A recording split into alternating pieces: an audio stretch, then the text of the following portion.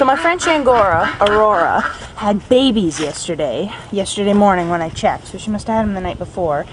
And she had 13, I think. It might be 12, but there's a lot of babies there. Hi, this is her.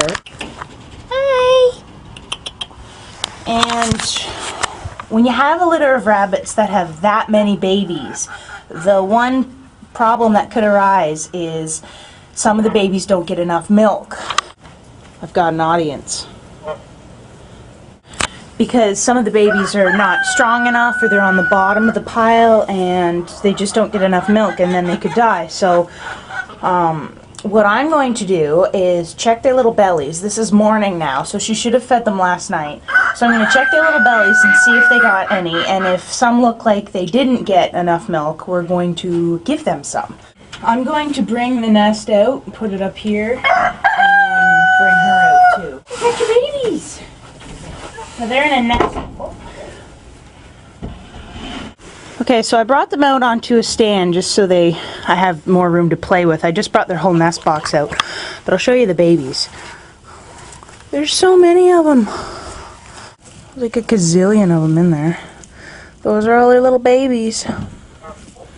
Now if you look at this little belly, you see how he's kind of wider? He's one of the biggest. He definitely got fed last night.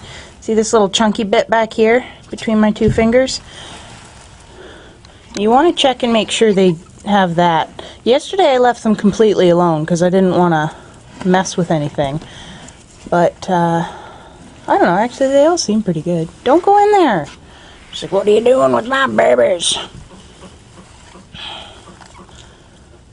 That one doesn't look like he's got a very full belly. Oh, look at this little guy over here in the corner. See, he might have gotten fed. They might be okay. Everybody's squirming and alive and stuff. She might have fed them at different times. She might have fed them a couple different times and everybody got fed. Well, I'm going to show you anyway what you would do if you found one that didn't have a good belly. If you flip your rabbit over, you're okay. You're okay. I find if you hold the ears while you hold the head back, they get a lot calmer because they feel more secure. I'm going to get a nipple out. Oh, you're okay. You're okay. She doesn't like the whole being on the hardwood. And I'm going to get that little guy that didn't have, and I'm just going to hold him over it. Just going to hold him over it. See how he latches right on as soon as he gets it? I'm just going to hold him here. I'm not going to take my hand off him because sometimes they squirm a little bit. I'm just going to make sure he gets a little bit of milk. You can tell when they latch on. Let me go searching for another nipple. You got one, dude. There you go.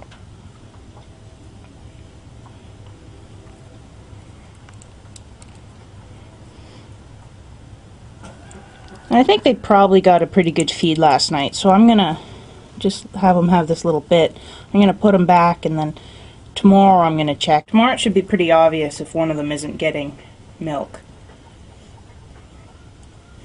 They don't last too long if they don't get milk, so most of them probably did get at least a good first meal. Alright. Put him back. I'm going to let Mom up. I'm actually going to let her out for her run. And she's going to take off pretty quick because she doesn't actually want to be a mom. You left your nest.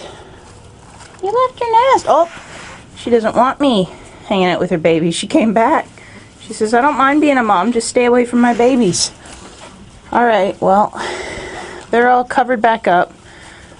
It's November in Canada, so you don't want to leave them uncovered. Alright, they're back. Mom's coming back in here because she's not going to get along with the geese, so she can't go out for her run today, yet. Check them again tomorrow. We'll see how they're doing. Should be more obvious by then if there's one getting left out.